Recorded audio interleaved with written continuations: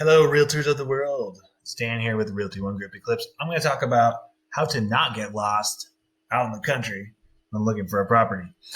I have done this multiple times, so I am very careful about going out to properties, knowing exactly where I'm going, when I lose reception, etc. I've got a list of, I don't provide that list here in this video, link to this list of just some tips and ways that you can kind of research and be prepared when you go out to a rural property. You really should do your due diligence. If you don't, you can get yourself in a lot of trouble, get your car stuck, and you'll be knocking on neighbors' doors trying to hopefully get out of that rut. So let's avoid that. So number one, what you want to do is just learn as much as you can about the property. Sometimes you get a property that has no address. That makes it difficult. What you're going to want to do in that situation is get your parcel number and really understand the property lines. And then from there, you're going to want to identify those property lines in reference to the nearest address to that property. We're going to do an example, so I'm going to show you guys how I do this and what I do every single time before I head out to most any property. Really, I like to know what's surrounding the property so that I don't look like an idiot if I was a realtor, if my clients were following me, for instance. Last thing you want is them following you into an area you just don't even know. So I have chosen this address that I don't know that I got lost on this one, but it's one you could easily get lost on. And it's out in a rural area outside of Spokane. In fact, it's in Pomeroy County. So identify first off what county that property is so you can get to the assessor's site and check out property lines. So in this instance, we do have the address, and that's 444 Forest Grove Lane. If it were a piece of land, my guess is that the list agent would include the parcel number in that MLS, or you could call the listing broker and try and obtain the parcel numbers. That's going to be your step one, is get that parcel number and really know that plot. So let's do that. So if you want to find out, so the property's in Newport, Washington. So if you want to find out what county is Newport in, just go Newport, Washington County. And it will tell you it's in Pomeroy County. See, it's in Pomeroy County. So we know we need to work in the Pomeroy County assessor site. So all I have to look up these things is Pomeroy County. And the two things I like to use are the map sifter. That's what most places call them, the map sifter, or tax sifter. Sometimes some really small counties just don't have the technology that larger counties have. So Spokane County has a really great system. So does Pomeroy. I know Lincoln County, even smaller one, has a pretty good system. And that's the map sifter, which is that's ideal. If you can find the map sifter, that's going to be the gold. Second best is tax sifter. And sometimes you have to use them in tandem to find that parcel number. So I did try and find the property address through the map sifter, and it wouldn't pull up. So what I did is I went to tax sifter, which we'll go right now, and it's that first link on the county's assessor site. You'll agree to it, and that will get you on the back end of finding parcel numbers, and it gives you a lot of other information too. But if we change this from account number to property address, and we just type 444. And I like to make this as short as possible so you don't get a chance of it getting a miss on your property. Forest, I think it was. Was it Forest? Yeah. So I would just do 444 Forest. Don't put in Forest Grove, or it might limit your search. And we'll hit search, and that will pull up the property. If it doesn't, you may have made a mistake, or try another way. And then from there, you can hit view details, and it will. Let's move my face around here. So this geographic ID is, I guess, essentially their term for parcel number. So we're going to copy that, and that's like the gold for knowing our property lines. We have that parcel information. Then we can go up and look up instead of the parcel search or the assessor. What was it? The assessor search. We're going to do the map sifter instead. So we're going to pull that up, and this will give you the map search. We'll agree to the terms, and this will pull up their GIS, geographical information systems, back in for any property that's in Pomeroy County system. So now what you can easily do then is just paste your parcel number. So it is, they call it geographic ID. It's the parcel number. Okay, so now we have the parcel number. So this is helpful, but it's not as helpful as it can be. And how do you make it better? Every system's a little different, but they'll have something called layers. Or in this case, they just have this little 4-square little box. Somewhere in this, in almost every system, has a way of changing the map to an aerial view. So we're going to click aerial view, and we'll close this little box. Oh, I guess I need to have that open so we can see it. And they can be a little funky and buggy sometimes. But if you zoom in, zoom out, you can get an idea of the landscape, what's around it, properties that are similar and close to it.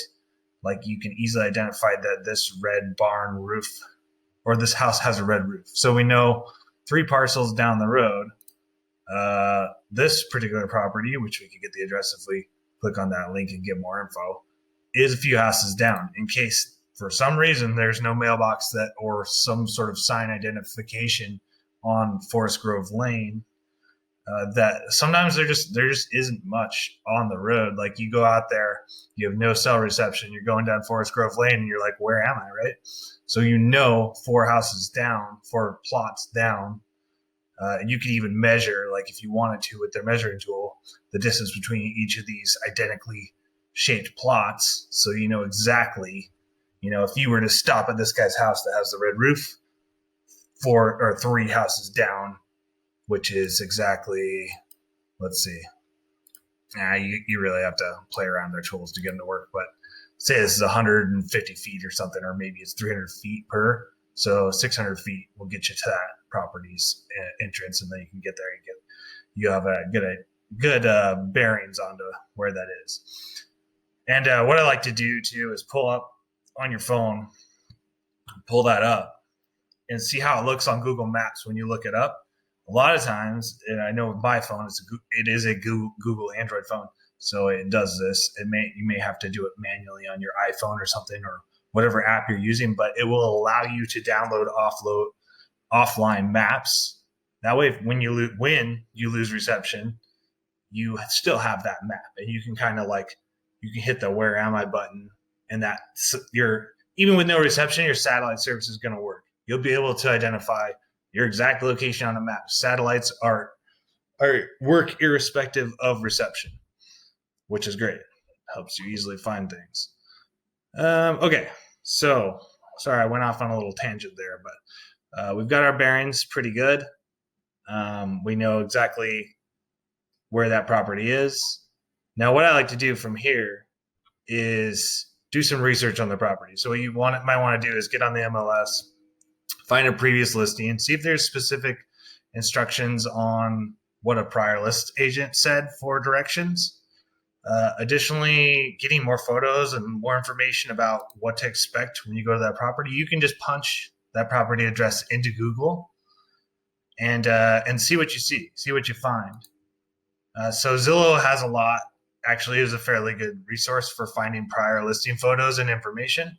So we can reasonably expect that the property that this is the property A, right?